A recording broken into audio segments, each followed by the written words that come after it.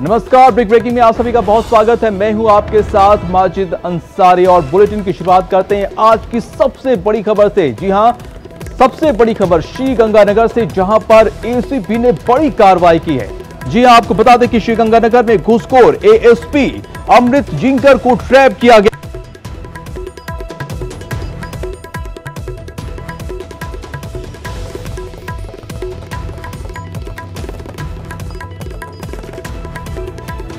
हम इस खबर पर आगे बताएंगे, लेकिन इस वक्त आपको बड़ी खबर जयपुर से आ रही। जी हां, बता रहे हैं आपको कि बेखौफ बदमाशों का आतंक देखने को मिला है। शराब पीकर बदमाशों ने उत्पात मचाया है। ढाबे पर खाने के पैसे मांगने पर विवाद हुआ।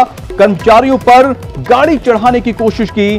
जोबनेर थाने में मामला दर्ज किया गया है।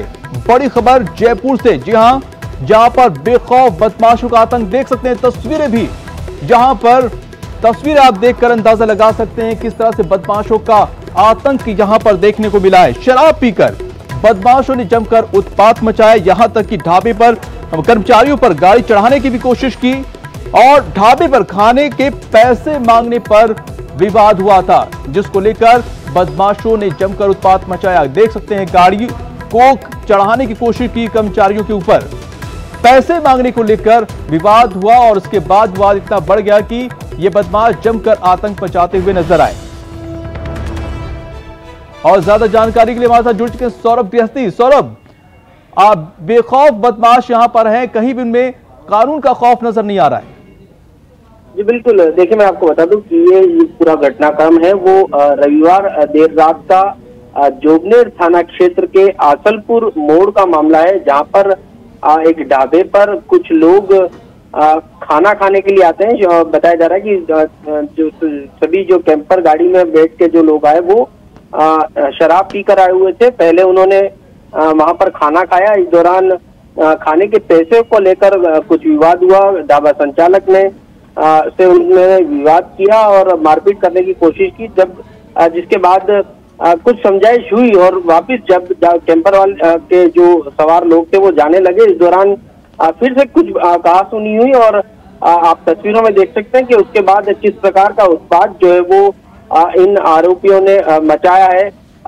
ढाबे पर जितनी भी गाड़ियां थी उन पर तोड़फोड़ जो है वो कैंपर से करने की कोशिश की। साथ ही जो कर्मचारी थे उनके ऊपर भी गाड़ी चलाने की कोशिश जो है वो साफ देखने को मिल रही है। और इस मामले में ढाबा संचालक की ओर से जोबनेर थाने में मामला दर्ज करा दिया गया है और अब जोबनेर थाना पुलिस इस पूरे मामले की जांच कर रही है। जी, तो क्या इस घटना में कोई घायल भी हुआ है और कार्रवाई में क्या कोई पकड़ा भी गया है, गिरफ्तार किया गया है? देखिए मैं आपको बता दूं कि अभी गिरफ्तारी की बात सामने नहीं आई है, क्योंकि कल मामला दर्ज हुआ है। मामला रविवार देर रात का है, लेकिन मामला दर्ज जो है वो कल हुआ है। अब पुलिस मामले की जांच कर रही है, लेकिन जिस प्रकार के वीडियो से दिख रहा है उसमें ये साफ देखने को मिल रहा है कि जिस प्रकार से कैंपर ने गाड़ी चलाने की कोशिश की और बचने के दौरान कुछ जो कर्मचारी हैं वो इधर उधर गिरते हुए भी साफ नजर आ रहे हैं। लेकिन ढाबे पर नुकसान जो है वो बहुत ज्यादा किया है। तमाम गाड़ियों पर उन्होंने निशाना साधा है और कैंपर से उन गाड़ियों पर ना सिर्फ टक्कर मारी बल्कि ढाबे में भी गाड़ी चलाने की कोशिश जो है वो की गई है। जी बिल्कुल, तमाम जानकारी के लिए बहुत शुक्रिया सौरभ।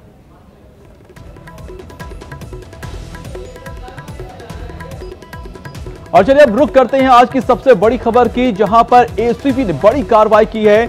आपको बता दें कि श्रीगंगानगर से ये बड़ी खबर है, जहां पर एसीपी ने कार्रवाई की है एएसपी पर। जी हां, एएसपी ने जो है घूसखोरी की और घूसखोरी करते हुए, रिश्वत लेते हुए उसे ट्रैप किया गया है। जी हां, श्रीगंगानगर में घूसखोर एएसपी अमृत जिंकर को ट्रैप किया है एसीबी ने।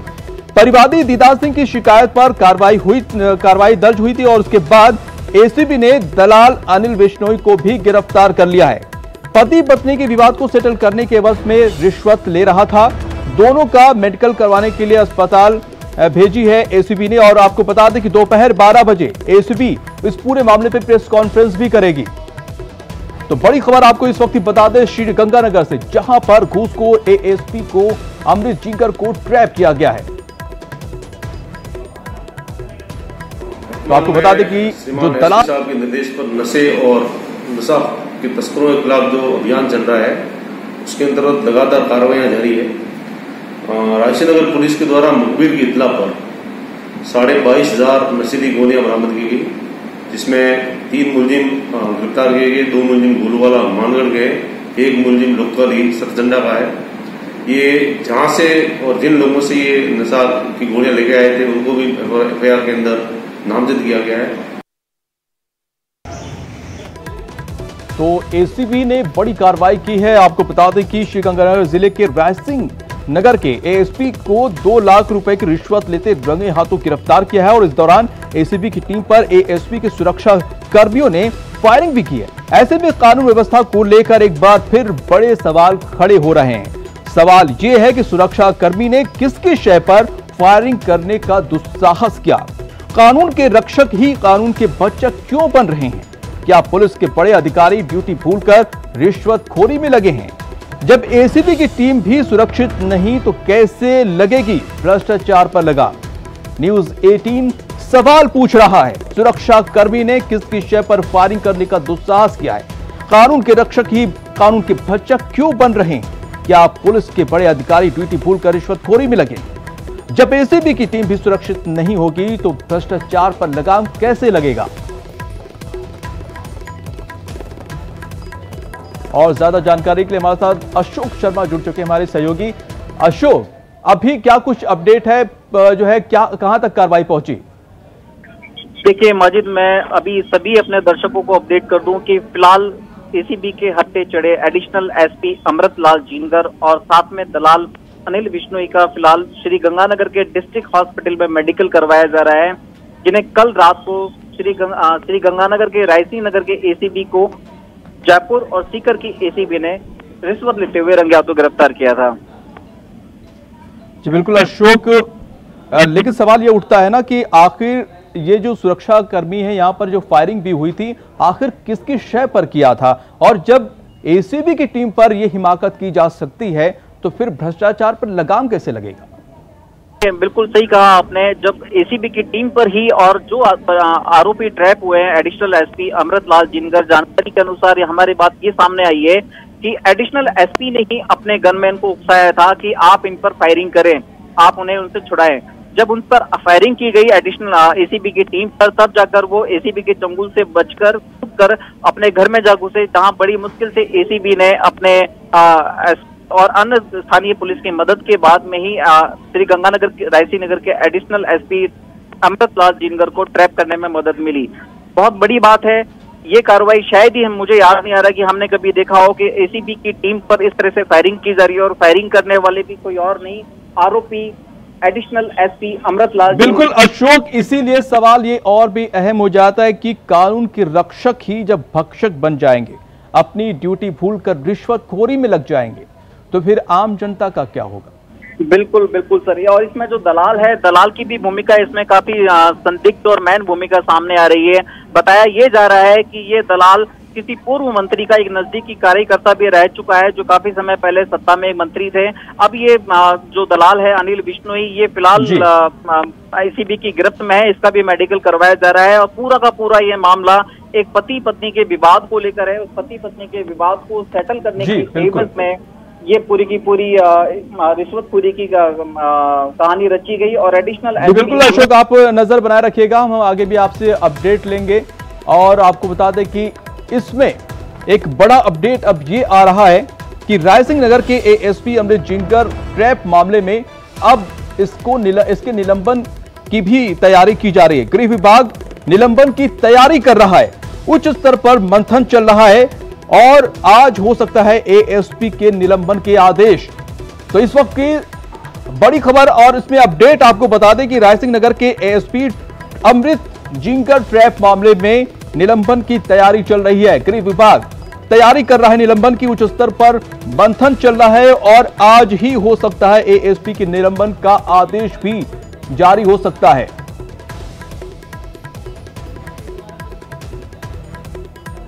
तो ASP के खिलाफ अब कार्रवाई तेज हो गई है और उच्च स्तर पर इस पर मंथन चल रहा है। गृह विभाग अब इसके निलंबन की तैयारी कर रही है और आपको बता दें कि इसके आदेश भी आज ही जारी हो सकते हैं।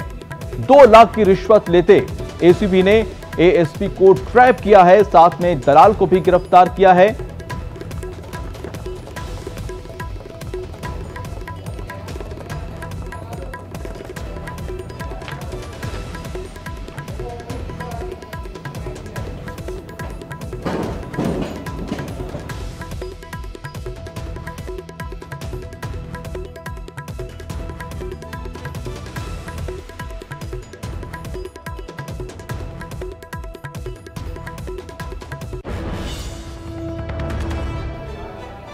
और वो करते हैं अगली खबर का। आपको बता दें कि कांग्रेस के प्रवक्ता रणदीप सुरजेवाला आज प्रेस कॉन्फ्रेंस करने जा रहे हैं। ये प्रेस कॉन्फ्रेंस 11:30 बजे होगी।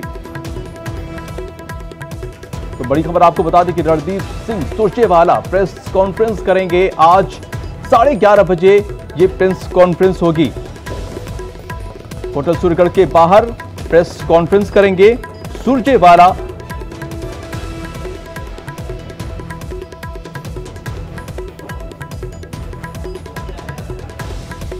और खबर अलवर से है, जहां पर एक युवक की पीट कर हत्या कर दी गई। जी हां, अलवर में बदमाश बेखौफ हो गए हैं और जहां पर आतंक मचा रखा है। आपको बता दें कि एक युवक को पीट कर उसकी हत्या कर दी गई। जी हां, उसके बाद ये हत्या करने के बाद फरार भी हो गए। पानी भरने को लेकर जो है पुरानी रंजिश थी और उस मामले में आपको बता दें कि युवक को पीटा गया। आरोपियों की गिरफ्तारी पर अड़े हुए हैं परिजन और जांच में जो है बहरोल पुलिस भी जुटी हुई है। लेकिन सवाल यह है कि अलवर में बदमाश बेखौफ हैं, कानून का उनमें जरा भी उनको खौफ नहीं है। पीट कर युवक की हत्या कर दी जाती है और वो भी पानी भरने को लेकर। एक पुरानी रंजिश थी जिसको लेकर एक युवक की हत्या कर दी जाती है, उसकी जान ले लिया जाता है।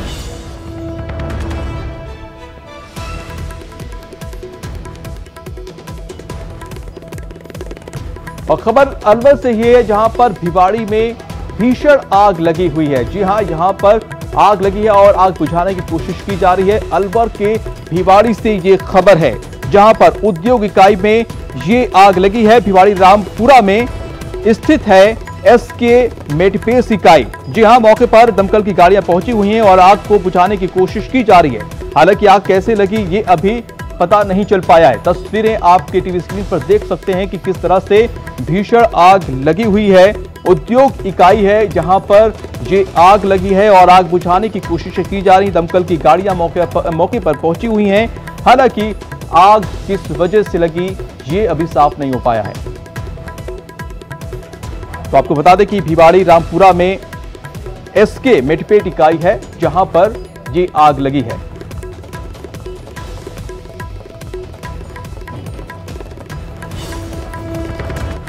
और अब आपको दिखाते हैं, एक और तस्वीर दिखाते हैं जहां पर बाइक में आग लग गई है। जी हां, अलवर से ही ये खबर है, जहां पर एक बाइक पूरे आग के गोले में तब्दील हो गई है। तस्वीरें आप देख सकते हैं टीवी स्क्रीन पर कैसे ये बाइक आग के गोले में तब्दील हो गई है। बता दें कि निमराड़ा के सांतो गांव में घर में गाड़ी जो है खड़ी थी, बाइक खड़ी थी और अचानक आग लग गई। घर वालों ने मिट्टी डालकर आग बुझाने की कोशिश की, लेकिन काफी देर हो गई थी और तब तक ये पूरी बाइक जो है जलकर खाक हो चुकी थी। तो अलवर से ही ये तस्वीर है जहां पर एक बाइक जल गई। तस्वीरें देख सकते हैं, अंदाजा लगा सकते हैं कि किस तरह से ये बाइक जलकर पूरी तरह से खाक हो गई। मिट्टी के जरिए आग बुझाने की कोशिश की गई, लेकिन तब तक बाइक जलकर पूरी तरह से खाक हो गई।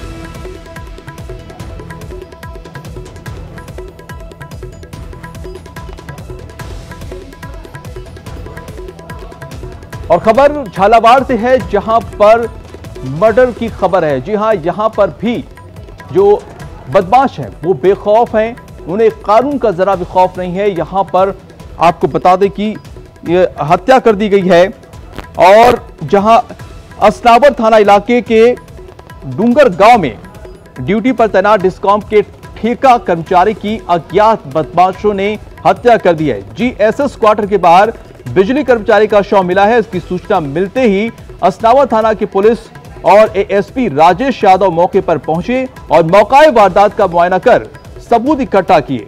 मौके से मिले सबूतों के आधार पर पुलिस जल्द आरोपियों की गिरफ्तारी का दावा कर रही है। तो अज्ञात बदमाशों ने एक कर्मचारी की हत्या कर दी है। डिस्कॉम का ठेका कर्मचारी था जिसकी अज्ञात बदमाशों ने हत्या कर दी है और अब पुलिस जो है आरोपियों की तलाश में जुट गई है।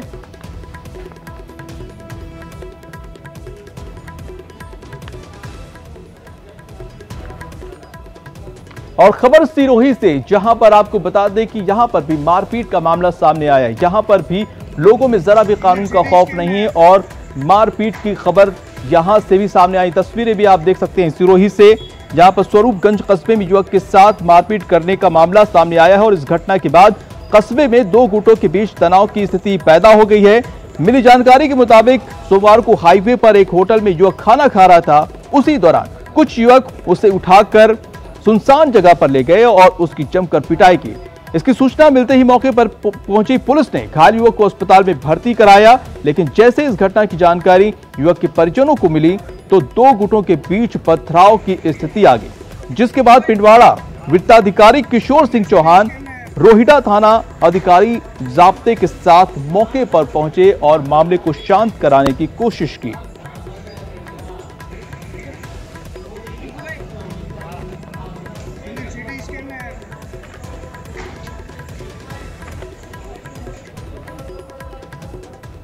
और खबर चुरू के सादुलपुर से है, जहां पर टिड्डियों का आतंक देखने को मिला। जी हां, टिड्डी लगातार टेंशन बने हुए हैं किसानों के लिए, लोगों के लिए, लेकिन टिड्डी है कि जा नहीं रहे हैं।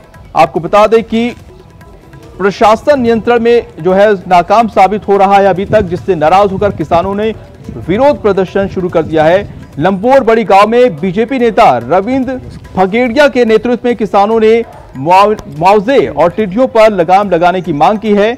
बता दें कि पिछले सप्ताह बड़ी संख्या में आए टिड्डी दलों ने बाजार, मूंग, मोठ, गवार आदि फसलों को भारी नुकसान पहुंचाया है।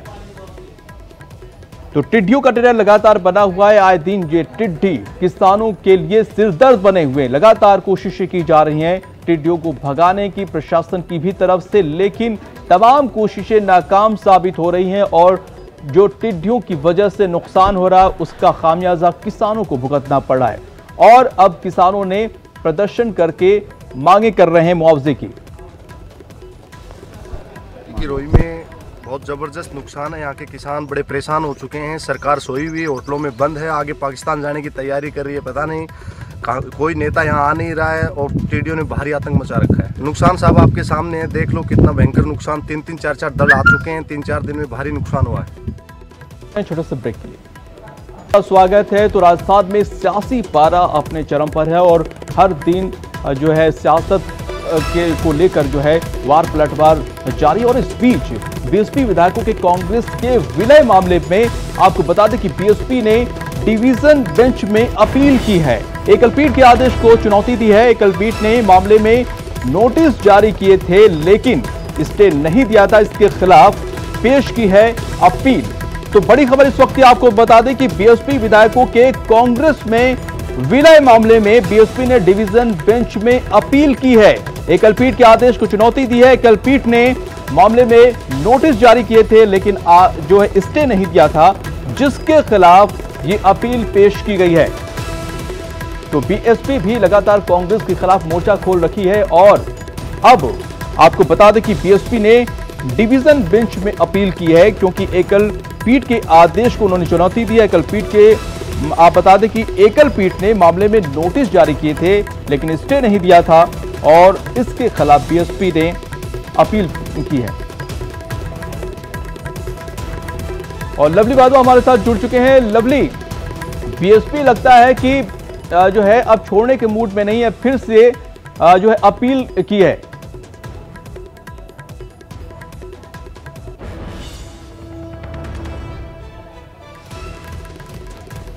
जी लवली, मेरा सवाल यही है कि कांग्रेस को छोड़ने के मूड में बीएसपी बिल्कुल नहीं लग रही है। एक बार फिर से कोर्ट का रुख किया है बीएसपी ने और डिवीजन बेंच में अपील की है कांग्रेस में विलय मामले को लेकर। देखिए बिल्कुल बीएसपी जो है वो पूरी तरह से मुखर जो है बयानों के अंदर भी नजर आ रही है, लेकिन आज हाईकोर्ट के अंदर जो बीएसपी की ओर से अपील दायर की गई है उसमें यही रिक्वेस्ट की गई है कि जो पहले जो याचिका के अंदर जो रिक्वेस्ट की गई थी उसको आगे बढ़ाते हुए यहाँ पर हमारे साथ में अधिवक्ता हैं, उनसे हम बात कर लेते हैं। गर्ग साहब, क्या कुछ आप लोगों ने रिक्वेस्ट की है कोर्ट से? हमने यही रिक्वेस्ट की है कि जो हमारे एकल पीठ में जो याचिका लगाई थी उसमें भी हमने स्टे ये चाहा था कि 18/9/2019 का जो आदेश है जिससे कि 6 बसपा विधायकों का विलय किया गया कांग्रेस पार्टी में, उसको स्थगित किया जाए जी। क्योंकि उसको स्थगित ना करके सिर्फ नोटिस जारी किए गए थे, तो हमने फिर आगे अपील इसी बात की है कि हमें उस पर स्थगन किया जाए। You can say this is appeal against not granting interim relief by learned single जज वाइड ऑर्डर डेटेड 30 जुलाई 2020। अच्छा, तो अब इसमें क्या कोर्ट ने, आपने जल्द सुनवाई की डिमांड भी रखी, तो कोर्ट ने क्या कहा? जल्दी सुनवाई की हमने निवेदन किया था माननीय न्यायालय के समक्ष, उन्होंने हमारी एप्लीकेशन रख ली है और उन्होंने कहा वी विल कंसीडर इट। तो अब कोर्ट डिसाइड करेगी कल हमारा केस सूचीबद्ध होता है नहीं होता, it depends upon the court. अच्छा कैन साहब, और क्या चल रहा है इस मसले के अंदर, और किस तरह की कल जब मान लीजिए अगर कल कोर्ट एक्सेप्ट कर लेती तो अब किस तरह से आप अपना पक्ष रखने की कोशिश करेंगे? नहीं, सबसे महत्वपूर्ण बिंदु इसमें जैसे बॉस ने बताया कि नोटिस की तामील होना बहुत जरूरी है। तो मोड ऑफ इलेक्ट्रॉनिक मीडिया माननीय सुप्रीम कोर्ट ने अभी रिसेंटली डिसाइड किया हुआ है कि अगर किस तरह की तामील अगर नहीं होती है तो ड्यू टू कोरोना कंडीशंस में ईमेल और व्हाट्सएप के थ्रू भी हो सकती है, जिसमें माननीय सुप्रीम कोर्ट ने अभी गाइडलाइंस भी जारी की हुई है।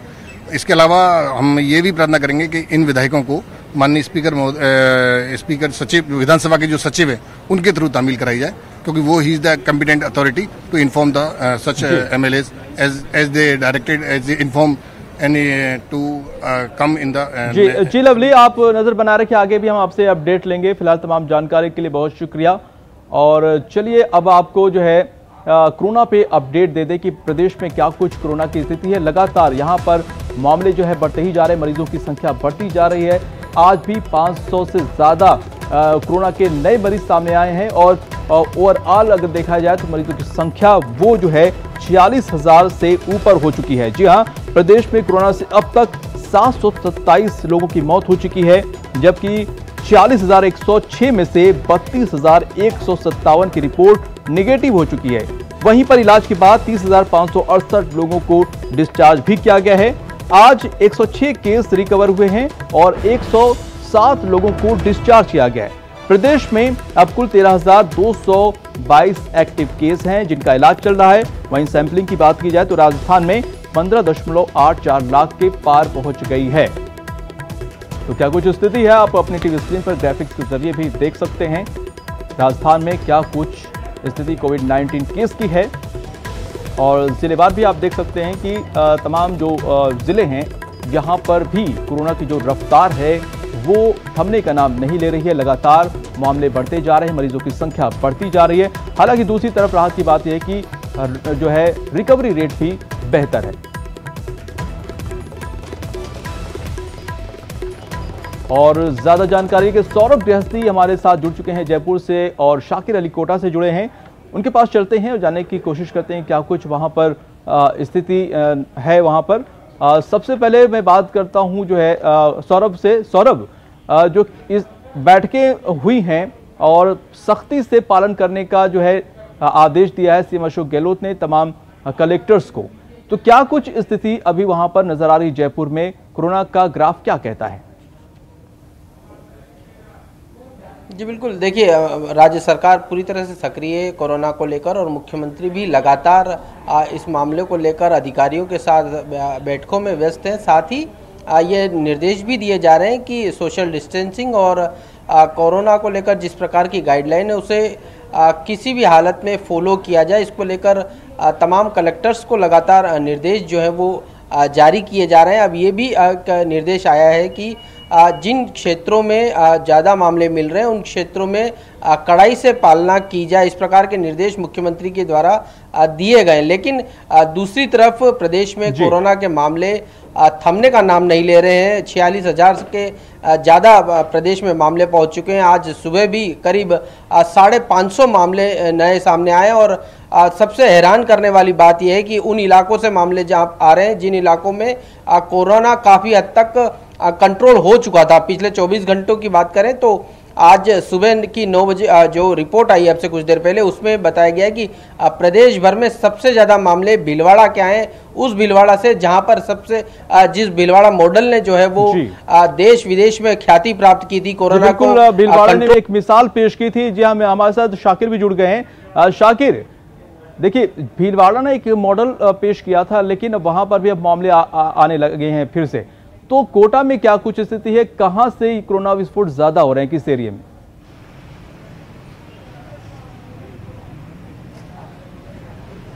जी देखिए माजिद, कोटा में भी एक समय ऐसा भी आया था कि कोटा कोरोना मुक्त होने जा रहा था। सिर्फ 8 जो है एक्टिव केस बचे थे, लेकिन उसके बाद जो है लगातार जैसे ही अनलॉक शुरू हुआ उसके बाद से लगातार जो है इजाफा होता चला गया और अब हालात ये हो गए हैं कि कोटा में 2 दिन लॉकडाउन किया गया है। आज और कल लॉकडाउन किया गया है। तस्वीरें दिखाना चाहेंगे छावनी चौराहे की है और बैरिकेड्स वगैरह लगाए गए हैं, पुलिस के जवान तैनात किए गए हैं। रविवार को भी यहाँ पर जो है लॉकडाउन की घोषणा की गई है, हर रविवार को लॉकडाउन रहेगा। उसके साथ साथ जो आज और कल 2 दिन का जिला कलेक्टर ने लॉकडाउन किया है, क्योंकि लगातार पॉजिटिव रोगियों की तादाद में इजाफा हो रहा है। आज भी सुबह जो रिपोर्ट आई है उसके मुताबिक 84 नए पॉजिटिव केस सामने आए हैं। 2200 के पार जो है पॉजिटिव रोगियों की संख्या पहुंच चुकी है। 41 रोगियों की अब तक कोरोना से मौत हो चुकी है। इसमें सबसे बड़ी जो लापरवाही वो सामने आ रही है कि लोग जो है गाइडलाइन की पालना उतनी मुस्तैदी से नहीं कर रहे हैं जिस तरह से सरकार ने और जिला प्रशासन चाहता है। तमाम वो लापरवाहियां जो है वो भारी पड़ रही है और यही वजह है कि लगातार कोटा में पॉजिटिव रोगियों की तादाद में इजाफा होता चला जा रहा है। हालांकि रिकवरी रेट कोटा में भी बहुत बेहतर है, लेकिन उन सब के बावजूद आज और कल 2 दिन के लिए जो है लॉकडाउन किया गया है, क्योंकि संक्रमण की चेन बढ़ती चली जा रही है और ग्रामीण इलाके भी अब जो है वहाँ पर भी कोरोना पैर पसार रहा है। तो ऐसे में आज कोटा में लॉकडाउन किया गया है और लॉकडाउन के तहत तस्वीरों में आप देख सकते हैं लोगों की चहलकदमी अभी भी नजर आ रही है। हर कोई जो शख्स वो घर से बाहर आ रहा है और कोई ना कोई बहाना उसके पास है। पुलिसकर्मी जब रोकते हैं, पूछताछ करते हैं, तो कुछ ना कुछ बहाना ऐसा बनाता है कि पुलिसकर्मी कुछ नहीं कर पाते, सिर्फ समझाइश कर बिल्कुल शाकिर, चिंता की बात है कि लोग सतर्कता नहीं बरत रहे हैं और यही बड़ा सवाल भी है। और हमारे साथ कपिल शिमाली भी जुड़ चुके हैं उदयपुर से। कपिल, बड़ा सवाल यही कि जब लॉकडाउन था तो कई ऐसे एरिया थे जो ग्रीन जोन में तब्दील हो गए थे, लेकिन अनलॉक के बाद से रेड जोन में तब्दील होते चले गए। क्या कुछ स्थिति उदयपुर में?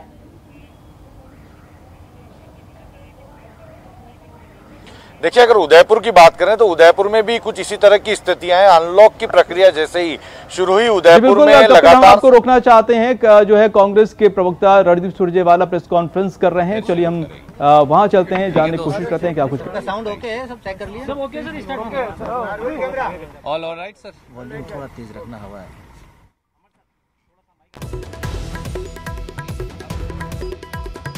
नमस्कार दोस्तों, आज एक महत्वपूर्ण विषय को लेकर हम आपके बीच उपस्थित हैं। पूरा देश देख रहा है भगवान श्री राम के मंदिर का शिलान्यास, उसकी शुरुआत, भूमि पूजन की कार्यवाही कल 5 अगस्त 2020 को अयोध्या में होगी। भगवान श्री राम के मंदिर निर्माण को लेकर अखिल भारतीय कांग्रेस कमेटी की महासचिव, उत्तर प्रदेश की प्रभारी श्रीमती प्रियंका गांधी वड्रा द्वारा एक विशेष वक्तव्य, एक विशेष बयान जारी किया जा रहा है। मैं आपको वो बयान पढ़कर बता रहा हूं। दुनिया और भारतीय उपमहाद्वीप की संस्कृति में रामायण की गहरी और अमिट छाप है।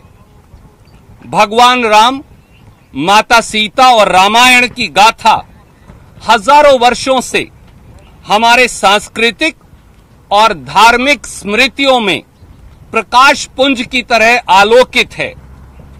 भारतीय मनीषा रामायण के प्रसंगों से धर्म, नीति, कर्तव्य परायणता, त्याग, उदारता, प्रेम, पराक्रम और सेवा की प्रेरणा पाती रही है।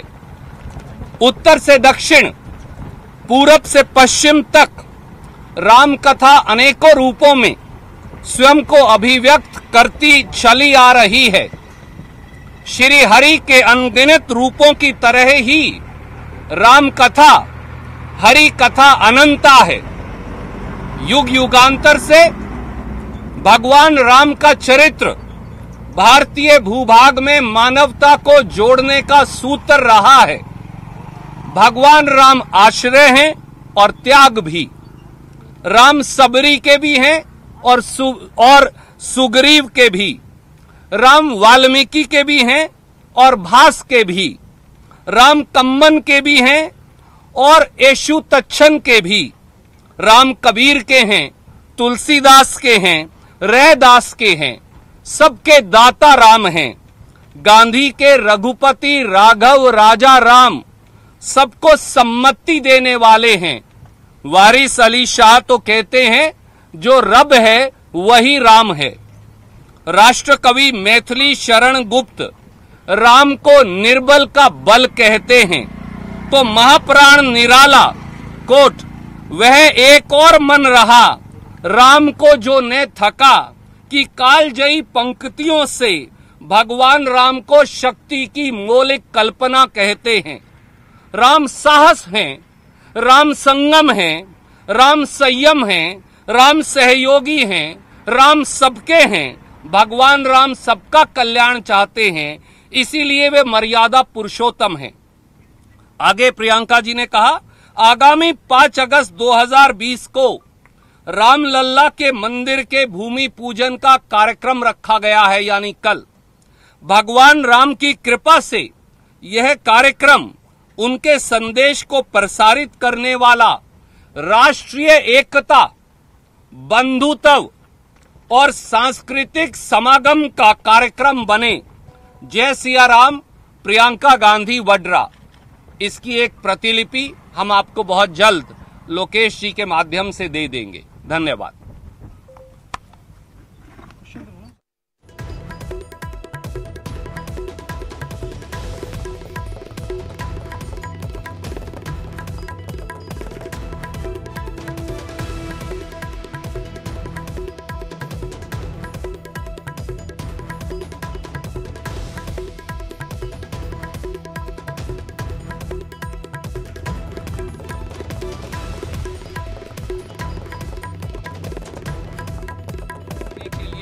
शर्त है कि भारतीय जनता पार्टी की आओ भगत मेहमान नवाजी छोड़ें।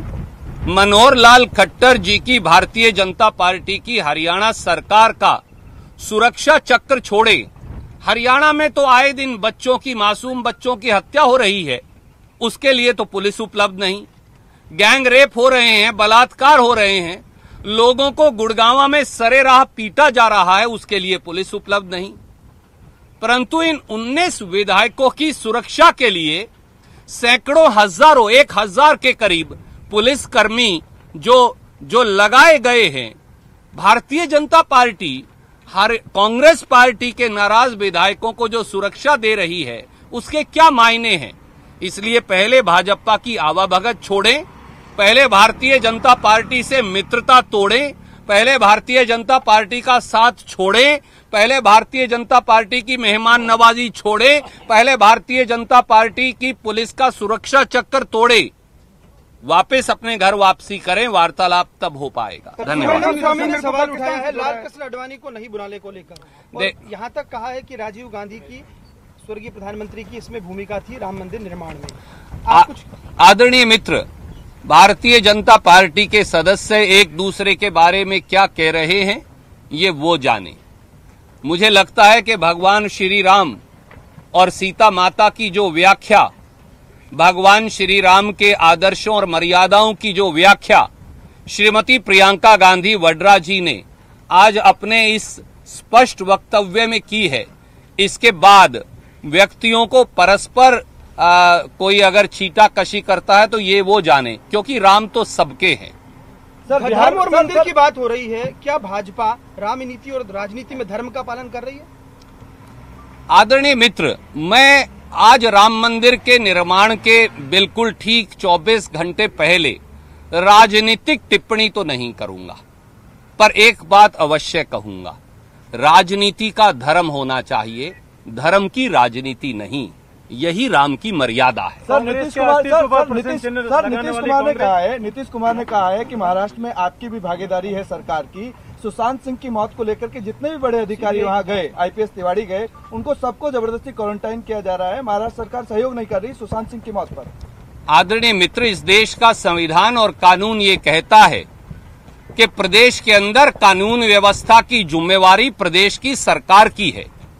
महाराष्ट्र में कानून व्यवस्था की अनुपालना की जिम्मेवारी महाराष्ट्र की सांझी सरकार की है, जिसके मुखिया उद्धव ठाकरे साहब हैं। नीतीश कुमार जी को संविधान दोबारा पढ़ना चाहिए। नीतीश कुमार जी या बिहार की सरकार जबरन पुलिस भेजकर महाराष्ट्र की जूरिस्डिक्शन यानी परिधि के अंदर दखल अंदाजी नहीं कर सकती। अगर एक प्रांत की पुलिस दूसरी प्रांत के अंदर जाकर जांच करेगी तो फिर अराजकता फैल जाएगी। हम भी जब गए, याद करिए, राजस्थान का उदाहरण देखिए, राजस्थान की एसओजी जब गई तो हमने हरियाणा पुलिस से कांटेक्ट किया।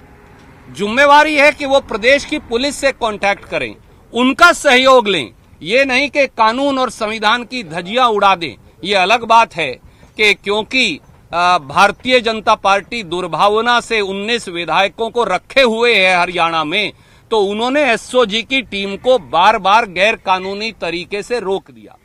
महाराष्ट्र में जो मुकदमा दर्ज है उसकी निष्पक्ष जांच होगी, सटीक जांच होगी और किसी दोषी को जाने नहीं दिया जाएगा। धन्यवाद। ये कहा जा रहा है होटल के भीतर से कि भाजपा के फोन आ रहे हैं विधायकों के पास, क्या ये सही है या केवल भ्रामक है? आदरणीय मित्र, भारतीय जनता पार्टी का राजस्थान के 8 करोड़ लोगों द्वारा जनमत से चुनी गई सरकार को अस्थिर करने और गिराने का षड्यंत्र आए दिन जारी है। भारतीय जनता पार्टी धन बल, बाहुबल, सत्ता बल के हर हथकंडे अपना रही है। उनकी अपनी बौखलाहट भी साफ है, क्योंकि उनका भानुमति का कुनबा भी चरमराकर आए दिन गिर रहा है।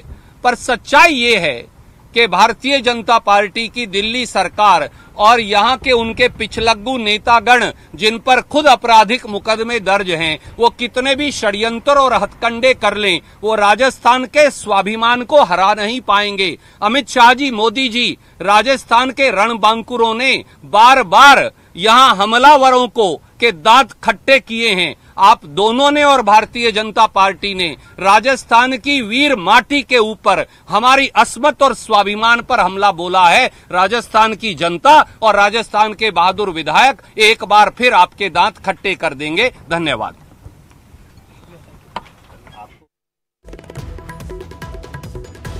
रणदीप सुरजेवाला प्रेस कॉन्फ्रेंस कर रहे हैं जैसलमेर से और बीजेपी पर जमकर निशाना रणदीप सुरजेवाला ने साधा। हरियाणा सरकार पर निशाना साधा। रणदीप सुरजेवाला ने सचिन पायलट खेमे के लिए कहा कि बीजेपी सरकार की मेहमान नवाजी छोड़ दे, पायलट गुड। राम मंदिर को लेकर प्रियंका गांधी वाड्रा का संदेश उन्होंने पढ़कर सुनाया और इसके बाद आड़े हाथों लिया बीजेपी को। कहा सरकार गिराने की हर कोशिश में लगी है बीजेपी, लेकिन हर साजिश, हर कोशिश नाकाम होगी बीजेपी की। कानून और संविधान की धज्जियां उड़ाई जा रही है, ये कहा रणदीप सुरजेवाला ने। लेकिन साथ ही उन्होंने ये भी कहा कि राजस्थान के वीर धरती के विधायक किसी साजिश को कामयाब नहीं होने देंगे। ब्रेक के बाद स्वागत है आपका। और अब बात सुशांत सिंह राजपूत मामले की। आरोपी रिया चक्रवर्ती अब कभी भी गिरफ्तार हो सकती है। रिया चक्रवर्ती के अलावा और भी कई लोगों के खिलाफ पटना पुलिस की जांच टीम ने सबूतों की मोटी फाइल तैयार कर ली है।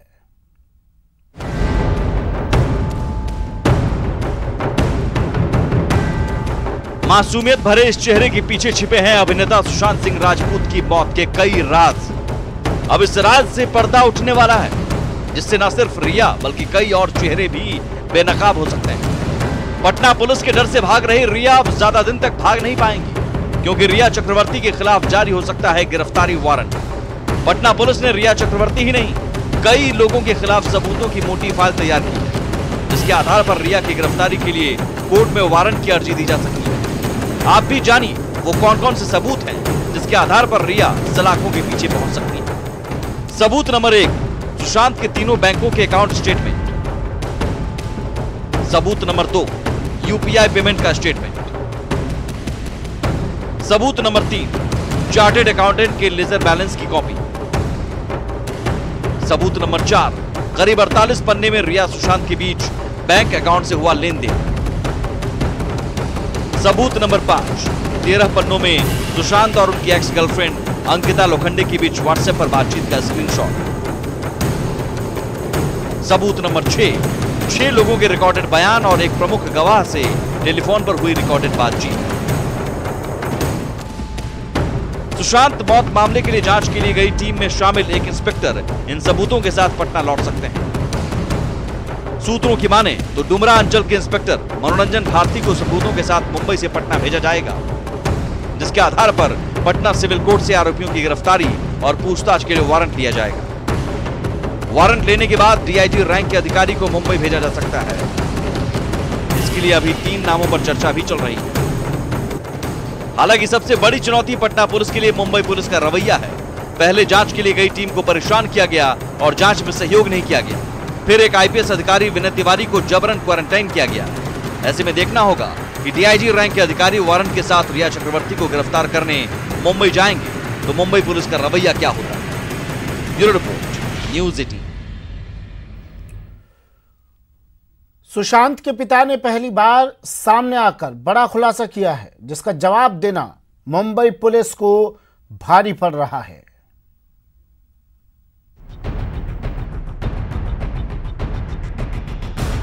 सुशांत सिंह राजपूत के पिता ने तोड़ी चुप्पी और अपने थाने में केस एफआईआर दर्ज की। बांद्रा पुलिस पर लगाए गंभीर आरोप। फरवरी को मैंने बांद्रा पुलिस को आगाह किया था कि मेरे बेटे सुशांत की जान को खतरा है। वीडियो जारी कर किया बड़ा खुलासा। 25 फरवरी को मैंने बांद्रा पुलिस को आगाह किया था कि मेरे बेटे सुशांत की जान को खतरा है। सही सुना आपने। सुशांत मामले में बांद्रा पुलिस की लापरवाह रवैये को देखते हुए सुशांत सिंह राजपूत के पिता ने आखिरकार अपनी चुप्पी तोड़ ही दी। पिता केके सिंह ने एक वीडियो जारी करके बड़ा खुलासा किया है, जिसका जवाब देना बांद्रा पुलिस को भारी पड़ रहा है। फरवरी में ही सुशांत के पिता ने बांद्रा पुलिस को बताया था कि सुशांत की जान खतरे में है। उसके बाद भी बांद्रा पुलिस ने उसे गंभीरता से नहीं लिया। अगर पुलिस ने थोड़ी सी सजगता दिखाई होती तो शायद आज सुशांत हम सब के बीच हो। 25 फरवरी में नामित लोगों के विरुद्ध एक्शन लेने को कहा, परंतु 40 दिन के बीत जाने के बाद भी उन्होंने कोई कार्रवाई नहीं की। हार मानकर मैं पटना गया और अपने थाने में केस एफआईआर दर्ज की। पटना पुलिस तुरंत एक्शन में आई। आखिर मुंबई पुलिस के पास क्या मजबूरी थी कि सुशांत के परिवार को आगाह करने के बाद भी कोई कार्रवाई नहीं की। 19 और 25 फरवरी को आगाह करने के बाद भी मुंबई पुलिस ने कोई एक्शन क्यों नहीं लिया? मुंबई पुलिस ने 40 दिनों में कोई जांच क्यों नहीं की? बांद्रा के डीसीपी परमजीत सिंह दहिया ने व्हाट्सएप मैसेज क्यों अनदेखा किया? क्या मुंबई पुलिस किसी को बचाना चाहती थी? ये वो तमाम सवाल है जिसका जवाब देना मुंबई पुलिस को भारी पड़ रहा है। 16 तारीख को रिकॉर्ड किया गया था। हमारे पास स्टेटमेंट्स भी हैं और उस स्टेटमेंट में उन्होंने कोई शक व्यक्त नहीं किया था। हैरान करने वाली बात यह है कि जब मुंबई के पुलिस कमिश्नर ने प्रेस कॉन्फ्रेंस करके ये कहा कि सुशांत के परिवार का स्टेटमेंट मुंबई पुलिस ने दर्ज किया था, उन्होंने हत्या की आशंका नहीं जताई थी। लेकिन जब सुशांत के पिता केके सिंह का वीडियो जारी किया तो मामला और तूल पकड़ लिया। कंगना रनौत की टीम ने भी रिट्वीट करके भ्रष्ट सिस्टम पर सवाल खड़े कर दिए। उनके जो ब्रदर इन लॉ पुलिस में है श्री ओपी सिंह, उनकी प्रेजेंस में रिकॉर्ड किए गए थे। जो जो उन्होंने बताया उसमें उस हिसाब से इन्वेस्टिगेशन भी किया गया। लेकिन ये उन्होंने अवश्य कहा था प्रत्येक ने के स्टेट में उन्होंने अपनी जान ली है। ना तो उन्होंने कोई मर्डर का आरोप किया, ना कोई उन्होंने सस्पिशन बताया और ना किसी व्यक्ति से उनकी शिकायत थी। इस प्रकार के बयान उन्होंने उस समय दिए थे। अगर मुंबई पुलिस की मंशा में कोई खोट नहीं है तो वो पटना की पुलिस को क्यों नहीं मदद कर रही है? 40 दिन बाद भी मुंबई पुलिस की जांच मुजरिम तक नहीं पहुंच पाई है। नामित लोगों के खिलाफ मुंबई पुलिस एक्शन लेने में क्यों डर रही है? Bureau report, news 18। और अब बात श्री राम की। अयोध्या में राम मंदिर का भूमि पूजन बुधवार को होना है, लेकिन भूमि पूजन के कार्यक्रम की शुरुआत हो गई, जो कि बुधवार तक जारी रहेगी। आपको बता दें कि गणेश पूजा के साथ भगवान राम के मंदिर निर्माण से जुड़े कार्यों की शुरुआत भी हो चुकी है।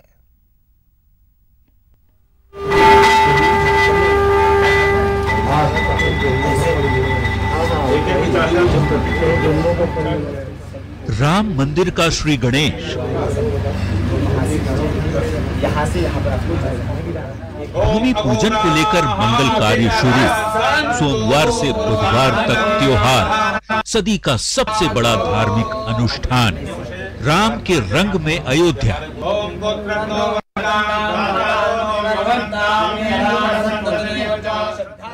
पूरी अयोध्या सज गई है, हर तरफ त्योहार मन रहा है।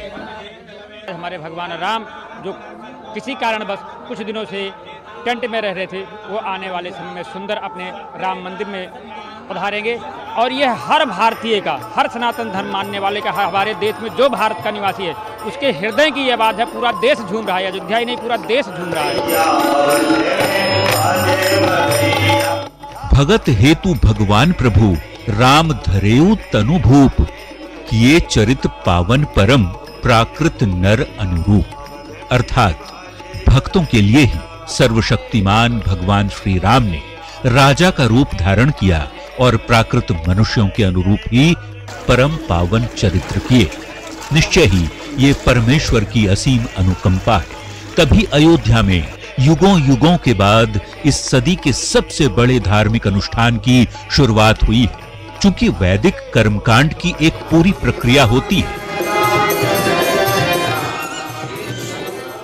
जिसमें समय लगता है, इसलिए सोमवार से ही भूमि पूजन की प्रक्रिया शुरू कर दी गई है। सबसे पहले गौरी गणेश पूजन किया गया और इसके साथ ही मंदिर निर्माण के लिए अनुष्ठान की शुरुआत हो गई। ये पूजा तकरीबन 2.5 घंटे तक चली। गौरी गणेश पूजा के बाद माता सीता की कुलदेवी छोटी देव काली की पूजा हुई और उसके बाद भगवान श्री राम की कुलदेवी बड़ी देव काली की आराधना की गई। अयोध्या में स्थित दोनों धर्मस्थलों पर ट्रस्ट के सदस्य राजा विमलेंद्र मोहन प्रताप मिश्र ने यजमान की भूमिका में पूजन शुरू कर कार्यक्रम का शुभारंभ किया। मंदिर का शिलान्यास पूजन कार्यक्रम है वो शुरू हो गया है और उसी क्रम में सबसे पहले आज गौरी गणेश की पूजा की गई और फिर छोटी देवकाली जो कि माँ सीता की कुलदेवी हैं उनकी पूजा अर्चना के बाद अब वो बड़ी देवकाली पहुंचे थे जो भगवान राम की कुलदेवी हैं, उनसे उन्होंने पूजा अर्चना की है। माँ बड़ी देवकाली प्रभु श्री राम की कुलदेवी है, तो राम जन्मभूमि का निर्माण शुरू हो रहा है, इसलिए कुलदेवी का पूजन करना आवश्यक था। इसीलिए मैं आया हूँ यहाँ पे और माँ से प्रार्थना की है, उनका पूजन किया है कि वो आशीर्वाद दें कि राम मंदिर निर्विघ्न संपन्न हो। चलिए फिलहाल इतना ही, दीजिए इजाजत, नमस्कार।